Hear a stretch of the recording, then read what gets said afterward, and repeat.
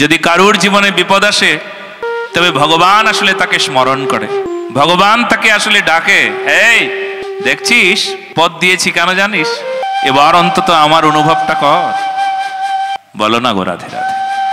ভীষ্মদেব ভগবান শ্রীকৃষ্ণের কাছে এমন করেই প্রার্থনা করলেন। উত্তরায়ণের অপেক্ষা করছিলেন ভীষ্মদেব। শরশয্যায় শায়িত ভীষ্মদেব, সারাটা শরীর ক্ষত বিক্ষত হয়েছে। আমাদের জীবনেও এইরকম ভীষ্মদেবের মতন পরিস্থিতি আমাদের, জানো, কামে ক্রোধে লোভে মোহে আমাদেরকেও তীর এফর ওফর করে দিয়েছে।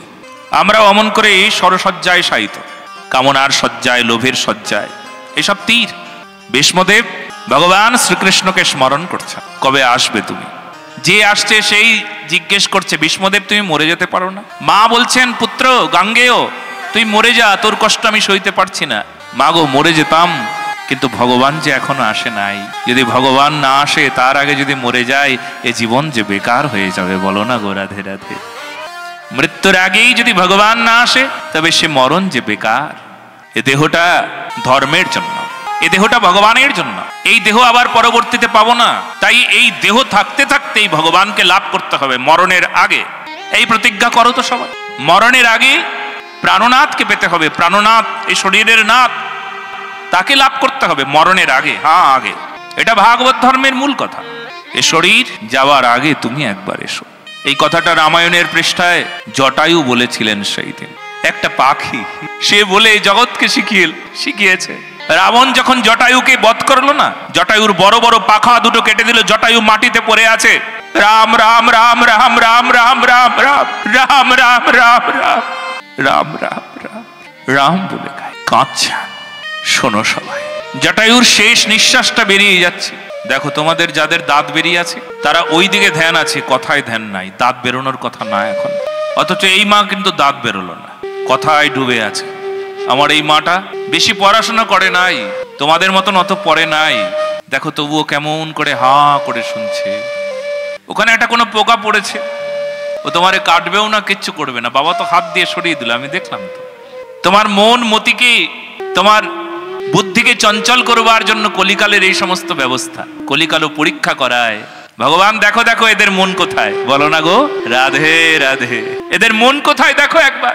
কর্ণের একটা ভালো দিক ছিল, নিজের পরিচয় গোপন করে গুরুদেবের কাছে শিক্ষা গ্রহণ করতে গিয়েছিলেন।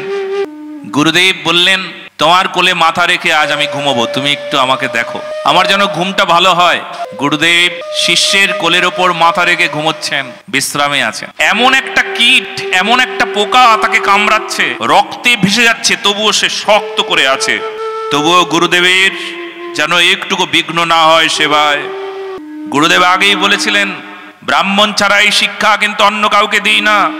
যখন দেখলো চারিদিকে ওই রক্তগুলোই তার শরীরে গিয়ে লাগলো, রক্ত গরম, রক্ত একসময় ঠান্ডা হয়ে গেল, ঘুম ভেঙে গেল। গুরুদেব বললেন, এটা কি হলো?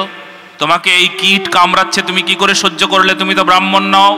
ব্রাহ্মণ তো অত সহিষ্ণু হতে পারে না, মানে হ্যাঁ সহিষ্ণু, কিন্তু যদি কামড়ায় সে কোমল শরীর, নরম শরীর, সহজে সে যন্ত্রণাকে সে নিতে পারে না। ব্রাহ্মণের শরীর একটু নরম হয়, ক্ষত্রিয় শরীর একটু শক্তপোক্ত। তুমি তো ব্রাহ্মণ নও, ধরা পড়ে গেল। কিন্তু গুরু ভক্তি অটুট ছিল, এটাও কিন্তু প্রমাণ হয়ে গেল। হলো কিনা? বলবার তাৎপর্য হলো, তোমার ধ্যান যদি অন্যদিকে থাকে তাহলে আসলে তুমি কিন্তু হেরে গেলে। এই জন্য ধ্যান দাও। আমরা শুনছিলাম মৃত্যুর আগের কথা। মৃত্যুর আগে করণীয় কি? যে মরে যাবে তার কি ভাবতে হবে?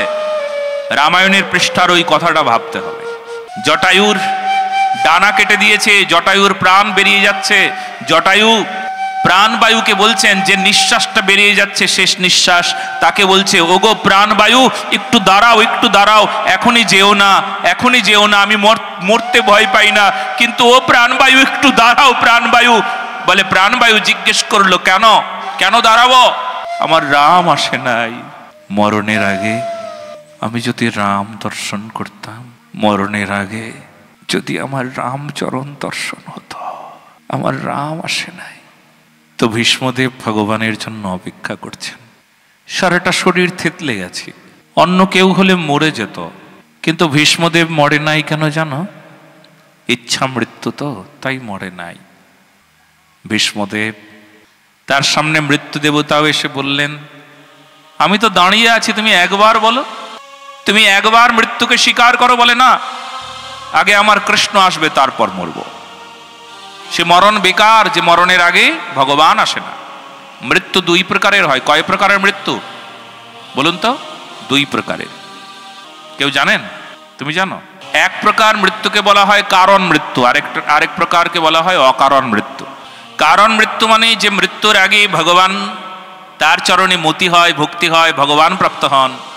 মৃত্যুর পর ভগবানের চরণে গতি হয়, তাকে বলা হয় কারণ মৃত্যু। মানে এই মৃত্যুর কারণ ভগবান, কারণ প্রেম। বলে কি কারণে মরবো? ভগবানের জন্য মরবো। মরতে যদি হয় ভগবানের জন্য মরবো। বলো না গো রাধে রাধে। দেশভক্তের মৃত্যুর কারণ দেশ, দেশের জন্য মরবো, অন্য কোনো কারণে মরবো না।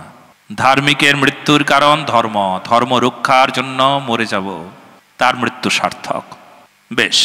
আর অকারণ মৃত্যু, যে মৃত্যুর আগে ভগবান আসেন না, মৃত্যুর পরেও ভগবান প্রাপ্তি হন না, মৃত্যুর আগে ভগবানের চরণে মতি হয় না, মৃত্যুর পর ভগবানের চরণে গতি হয় না, একে বলা হয় অকারণ মৃত্যু। অকারণ মৃত্যুর জন্য আমাদের জন্ম হয়েছে। কেন এসেছি, কেন জন্ম নিয়েছি মানুষে? অকারণ মৃত্যু হবে। এলাম, মরে গেলাম। কতজন মরে গেল হিসেব রেখেছ? কতজন মরে গেল? আর সবাই মরবো বলে লাইন লাগিয়েছি, ওয়েটিং লিস্টে সবার নাম লেখা হয়ে গিয়েছে, সবাই মরে যাব। কিন্তু বেকার মরলে হবে? সাধারণ মৃত্যু হলে হবে নাকি? মরণেরও তো কারণ থাকবে। মরণের কারণ তুমি হও প্রভু, মরণের কারণ প্রেম হোক, আমি তোমায় ভালোবাসি হে প্রিয় প্রীতম। হে রাধা গোপীজন বল্লভ, আমি তোমায় ভালোবাসবো, এই ভালোবাসার কারণ হবে, তারপর মৃত্যু হবে। মৃত্যুর আগে তুমি নাই, সে মরণ কেমন মরণ হয়?